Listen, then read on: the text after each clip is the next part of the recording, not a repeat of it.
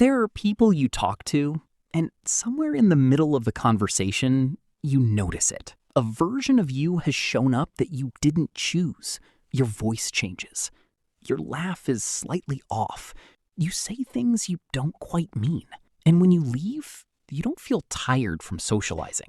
You feel tired from performing. The question isn't why you're lying. You're not. The question is, why does being yourself feel so difficult around certain people? Most people assume this is a confidence issue, that if you just believed in yourself more, you'd show up the same everywhere. But psychology tells a different story.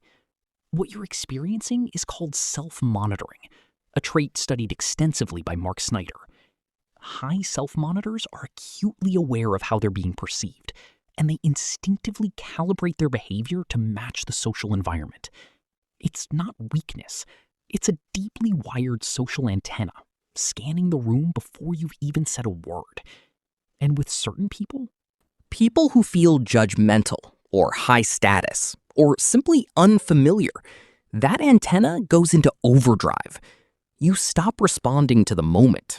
You start managing impressions. You're no longer in the conversation. You're watching yourself have it. Here's what matters most. This doesn't mean you're fake. It means your nervous system is doing exactly what it was designed to do: protect you in uncertain social territory. For most of human history, being rejected by the group was a survival threat.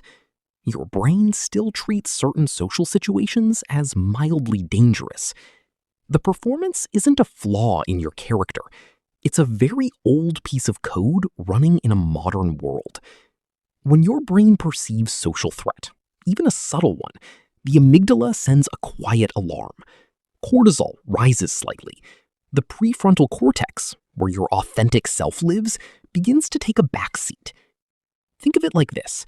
Your real self is a careful writer working at a desk. But when the alarm goes off, a much more anxious editor rushes in and starts crossing things out before they reach your mouth. What's left is a cleaned, safer, duller version of what you actually meant to say. This is why you feel hollow after those conversations. You didn't show up. The editor did. First, name the shift as it happens. Psychologists call this affect labeling.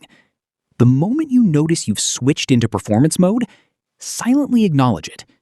I'm self-monitoring right now. Just naming it engages the prefrontal cortex and slightly quiets the alarm. You can't think your way out of the feeling, but you can observe yourself into more honesty. Second, lower the stakes in your own mind. The discomfort around certain people often comes from an unconscious belief that their opinion determines your value. Cognitive behavioral therapy calls this approval seeking, automatic thoughts that inflate the cost of being disliked. Remind yourself, their judgment is about their world, not yours. not as a mantra, as a fact. Third, offer one small true thing. Authenticity researcher Brené Brown found that vulnerability, even in small doses, is what creates real connection. You don't need to tell them everything. Just say one thing you actually think instead of one thing that's safe.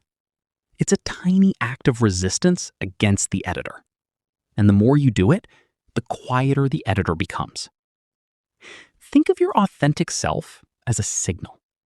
Weak signals get drowned out by noise, by fear of judgment, by the desire to be liked, by rooms that feel too loud to be honest in. The goal isn't to be the same in every room. The goal is to keep the signal strong enough that even in noisy environments, some part of what you actually are still comes through. Authenticity isn't a fixed state. It's a practice, a quiet daily decision to let the writer work a little longer before the editor arrives. The people who feel most real to us are not the ones who never perform. They're the ones who've learned to notice when they are and gently return to themselves. That's not a talent you're born with. It's a direction you choose again and again in small moments. You're not broken for feeling this way. You're just a person with a very attentive nervous system. learning slowly that it is safe to be seen.